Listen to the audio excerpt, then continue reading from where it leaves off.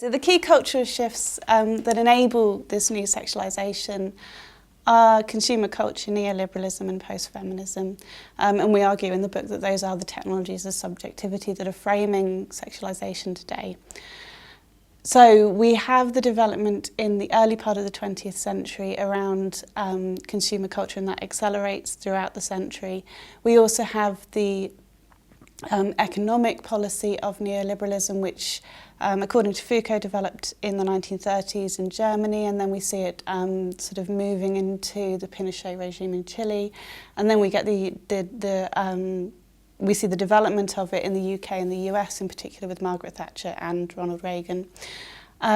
And then at the same time in the kind of 60s, 70s, 80s, we get the development of a feminist movement. So it almost seems like these three things kind of run along the same path and reach a point during the 1990s and the 2000s, where we also get this heightened discussion, the heightened noise around sexualisation.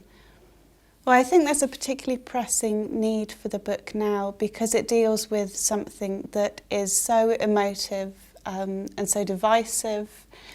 It's something that we understand as both an object of pleasure and as something that we fear, and that there's a massive sort of sense of anxiety around sexualisation. So I think it's really important now to be talking about these things and theorising them, because there has to be a kind of way out or way through those discourses that help us to understand ourselves in more positive ways, or help us to think about ways of developing constructs of sexual identity that would be more positive in the future. So in the book we talk about two groups of women: the pleasure pursuers, who are the younger group of women, and the functioning feminists, who are the older group of women, relatively speaking. We're quite clear in the book that they're discursive constructs, they're generational constructs that are discursively constituted.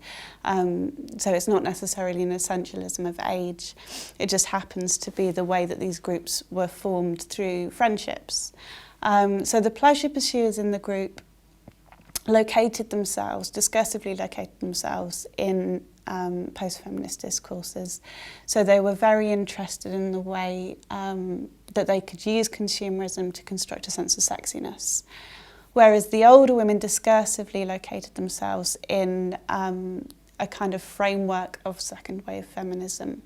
So they were functioning feminists in contemporary culture, but they were only just functioning, and as I said, there was this sense of loss as well. So it was kind of lacked any sense of hope, I guess. So the two groups were kind of discursively located in these generational constructs, which represent broadly kind of what we could think of as the baby boomers versus the X generation, or again the feminists versus the post-feminists, the Thatcher generation versus the Blair generation.